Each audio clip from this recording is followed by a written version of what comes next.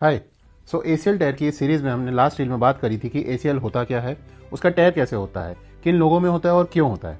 आज बात करते हैं ग्रेडिंग की। एसीएल टायर के 3 ग्रेड होते हैं। First is sprain, second is partial tyre and third is full thickness और कंप्लीट टायर। इसको क्लिनिकली एग्जामिन करने के लिए जनरली हम लोग 3 टेस्ट का यूज करते हैं, that is Lachman test, anterior रॉड test and pivot shift test. Unconventionally और 3 टेस्ट होते हैं, that is Lelli's test, Slocum test and prone Lachman test. जब एक बार क्लिनिकली हमने एग्जामिन करके देख लिया और हमको एसीएल टायर का डाउट आ गया है, उसके बाद हम इन्वेस्टिगेशन के लिए भेजते हैं, जिसमें एक्सरे, एमआरआई और अल्ट्रासाउंड का यूज होता है। इसमें भी MRI investigation is the gold standard to diagnose ACL tear. जब एक बार हम क्लिनिकल एग्जामिनेशन और इन्वेस्टिगेशन के बाद grade of ACL tyre define कर लेते हैं, उसके अकॉर्डिंग हम ट्रीटमेंट प्रोटोकॉल्स प्लान करते हैं।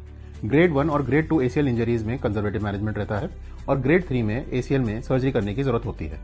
इसके अलावा भी कुछ फैक्टर्स हैं जो डिसाइड करते हैं कि सर्जरी करनी है कि कंजर्वेटिव मैनेजमेंट की तरफ जाना है।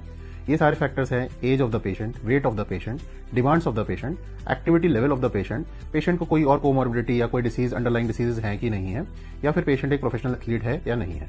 कंजर्वेटिव मैनेजमेंट हम 4 फेजेज में करते हैं। फर्स्ट फेज 0 to 2 वीक्स के लिए रहता है, जहां पे पेन मैनेजमेंट और स्वेलिंग रिडक्शन के ऊपर फोकस रहता है। इमोबिलाइजेशन ब्रेस के साथ किया जाता है। बेसिक आइसोमेट्रिक एक्सरसाइजेज स्टार्ट की जाती हैं। फेज 2 to 6 वीक्स के लिए रहता है, जहां पे कोर स्ट्रेंथनिंग और कंप्लीट रेंज ऑफ मोशन के ऊपर फोकस रहता है। फेज 3 6 to 10 वीक्स के लिए होता है, जहां पे न्यूरोमस्कुलर और प्रोग्रेसिव स्ट्रेंथनिंग के ऊपर फोकस रहता है।